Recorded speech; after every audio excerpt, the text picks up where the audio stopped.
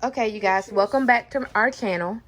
I know this isn't the DIY video we promised, but I wanted to show you the purchases that I got at Walmart today when we went.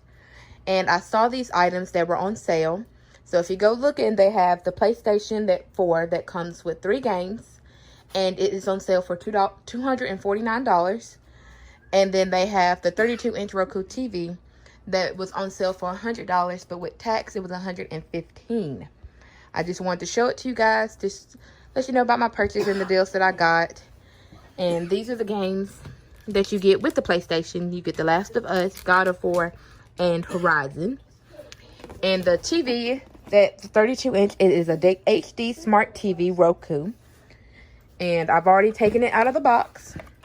But this is what it looks like when it's out of the box. And it comes with this packaging that has your book, your remote, and batteries. And it comes with 2 little legs for it that you put your TV on.